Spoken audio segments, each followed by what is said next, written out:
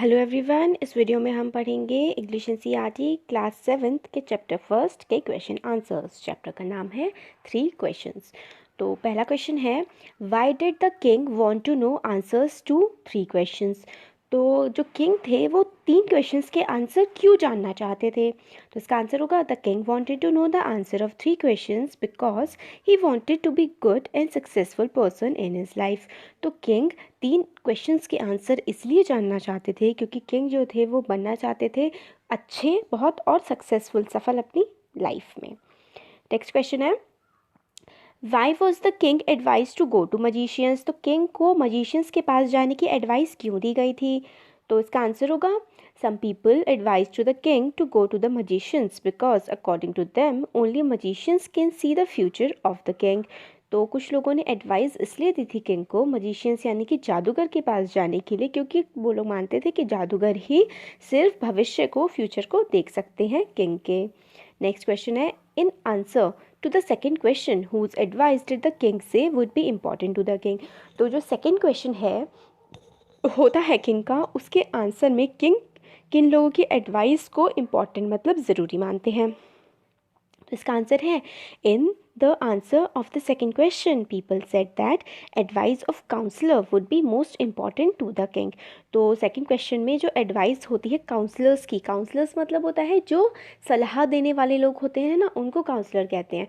तो फिर लोग मानते हैं ऐसा कि किंग के लिए सबसे ज़्यादा सेकेंड क्वेश्चन का जो इम्पोर्टेंट होगा पर्सन, जो लोग इम्पोर्टेंट होंगे किंग के लिए सेकेंड क्वेश्चन का आंसर देने के लिए, वो होंगे counsellors.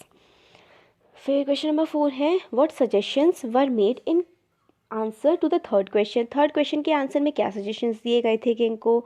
To give the answer of third question some said science, some suggested religious fighting while some other suggested religious worship. तो कुछ कहते हैं कि भाई साइंस ज़रूरी है, कुछ कहते हैं रिलीजियस की आपस में मतलब रिलीजन्स बैठें बहस करें वो ज़रूरी है, कुछ कहते हैं कि जो रिलीजन के मतलब धर्म की, भगवान की पूजा ज़रूरी है थर्ड क्वेश्चन के आंसर में।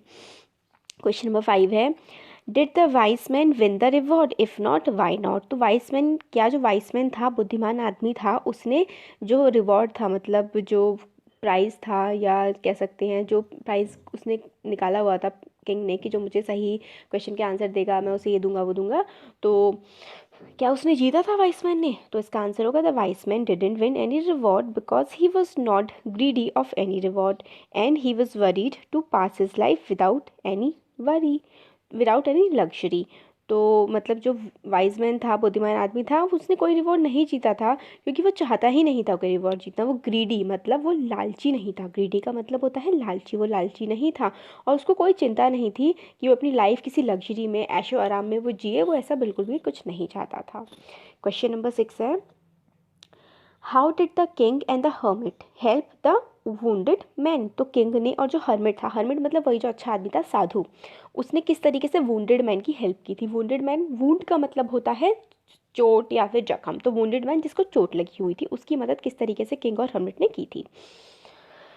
तो इसका आंसर है, the king and the hermit help the bearded man by washing and dressing his wound, they also give him shelter to take rest. तो जो किंग था और हर्मिट मतलब जो साधु थे, उन्होंने बियर्डेड मैन मतलब बियर्डेड दाढ़ी वाला, वुंडेड इसमें अलग लिखा हुआ है, वुंडेड मतलब जिसको चोट लगी हुई थी, उसकी हेल्प की थी कैसे, वॉश करके, साफ करके, ड्रेस करके, मतलब उसकी जो चोट थी उस पर पट्टी बांध करके और उसको शेल्टर दिया था मतलब रुकने की जगह दे करके, इस तरीके से रुकने की जगह दी थी ताकि वो रेस्ट कर सके, आराम कर सके। तो उसकी वूंड को साफ करके और उसकी वूंड पे पट्टी बांध के और उसको आराम करने की जगह दे करके किंग ने और हर्मिट ने उस बियर्डेड मैन की वुंडेड मैन की, बियर्डेड लिखा हुआ है इसमें, वुंडेड मैन की हेल्प की थी। क्वेश्चन नंबर 7 है, who was the bearded man. जो बियर्डेड मैन कौन था। बियर्डेड मैन तो एक एनिमी था किंग का, the bearded man was enemy of the king, energy गलत लिखा हुआ है, एनिमी ऑफ द किंग। तो चैप्टर मैंने इसमें बना रखा है ऑलरेडी, आप प्लेलिस्ट में जाके चैनल की चैप्टर जो है वो पूरा का पूरा समझ सकते हैं, पढ़ सकते हैं। क्वेश्चन नंबर 8 है, why did he ask for the Kings forgiveness. तो वो जो बियर्डेड मैन था जिसको चोट लगी हुई थी, उसने किंग की फॉरगिवनेस की क्यों मांग की थी। फॉरगिवनेस का मतलब होता है माफ़ी मांगना, तो माफ़ी की क्यों मांग की थी। The king send him to the doctor for the treatment and had decided to return his property.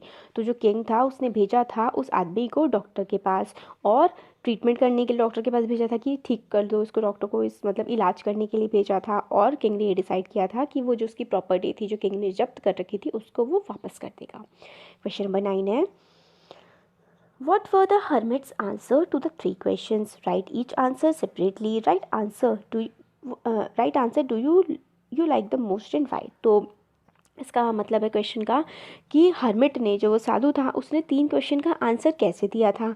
आपको सबका आंसर जो है अलग अलग सेपरेटली अलग अलग करके लिखना है, और वो वाला आंसर आप मतलब बताइए कि कौन सा आपको आंसर सबसे अच्छा लगा और क्यों लगा।